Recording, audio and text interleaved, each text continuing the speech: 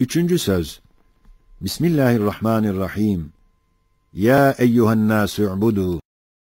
İbadet, ne büyük bir ticaret ve saadet, fısk ve sefahet, ne büyük bir hasaret ve helaket olduğunu anlamak istersen, şu temsili hikayeciye bak, dinle. Bir vakit iki asker, uzak bir şehire gitmek için emir alıyorlar. Beraber giderler, ta yol ikileşir. Bir adam orada bulunur, onlara der, şu sağdaki yol, hiç zararı olmamakla beraber, onda giden yolculardan, ondan 9'u büyük kâr ve rahat görür. Soldaki yol ise, menfaati olmamakla beraber, 10 yolcusundan 9'u zarar görür. Hem ikisi kısa ve uzunlukta birdirler. Yalnız bir fark var ki, intizamsız, hükümetsiz olan sol yolun yolcusu, çantasız, silahsız gider. Zahiri bir hiffet, yalancı bir rahatlık görür. İntizam-ı askeri altındaki sağ yolun yolcusu ise, mugaddi hülasalardan dolu 4 okkalık bir çanta ve her adüvü alt ve mağlup edecek 2 kıyyelik bir mükemmel miri silahı taşımaya mecburdur. O iki asker, o muarrif adamın sözünü dinledikten sonra, şu bahtiyar nefer sağa gider. Bir batman ağırlığı omuzuna ve beline yükler, fakat kalbi ve ruhu binler batman minnetlerden ve korkulardan kurtulur. Öteki bedbaht nefer ise, askerliği bırakır, nizama tabi olmak istemez, sola gider. Cismi bir batman ağırlıktan kurtulur, fakat kalbi binler batman minnetler altında ve ruhu hadsiz korkular altında ezilir. Hem herkese dilenci, hem her şeyden, her hadiseden titrer bir surette gider. Ta mahalli maksuda yetişir. Orada asi ve kaçak cezasını görür.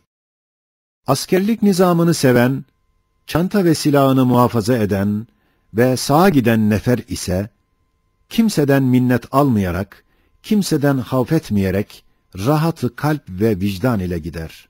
Ta o matlup şehire yetişir, orada vazifesini güzelce yapan bir namuslu askere münasip bir mükafat görür.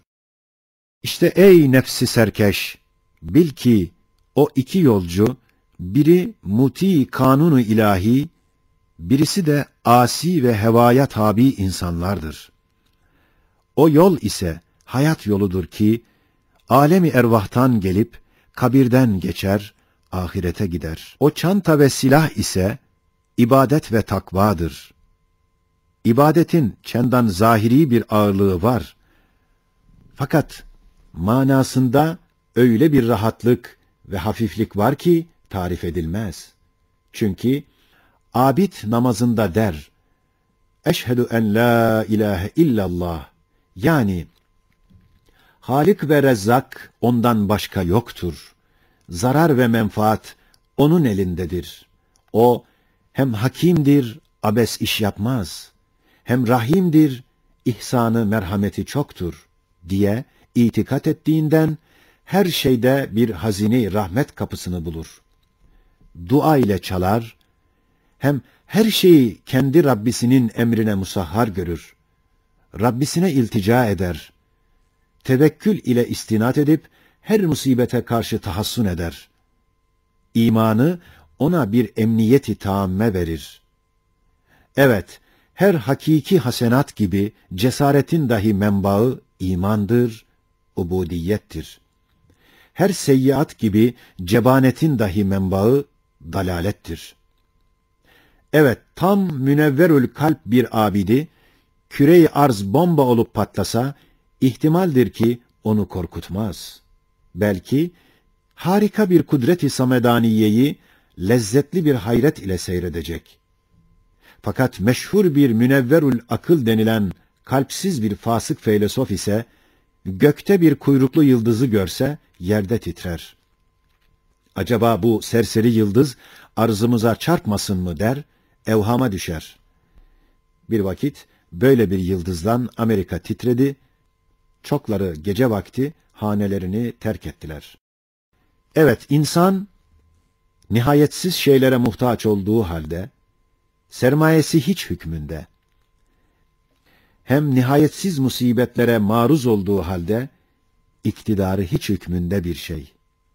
Adeta sermaye ve iktidarının dairesi, eli nereye yetişirse o kadardır. Fakat emelleri, arzuları ve elemleri ve belaları ise, dairesi, gözü, hayali nereye yetişirse ve gidinceye kadar geniştir.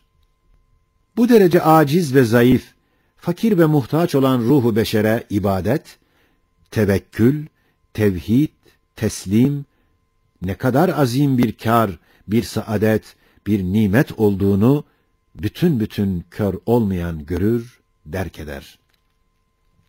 Malumdur ki, zararsız yol, zararlı yola, velev 10 ihtimalden bir ihtimal ile olsa, tercih edilir.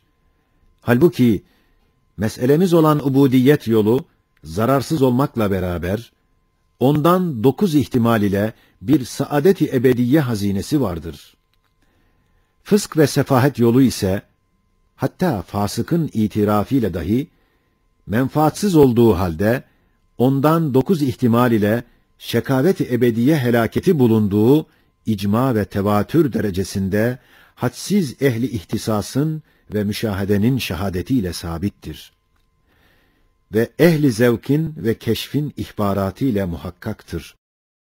Elhasıl, ahiret gibi dünya saadeti dahi ibadette ve Allah'a asker olmaktadır. Öyleyse biz daima elhamdülillahi alet taati ve tevfik demeliyiz ve Müslüman olduğumuza şükretmeliyiz.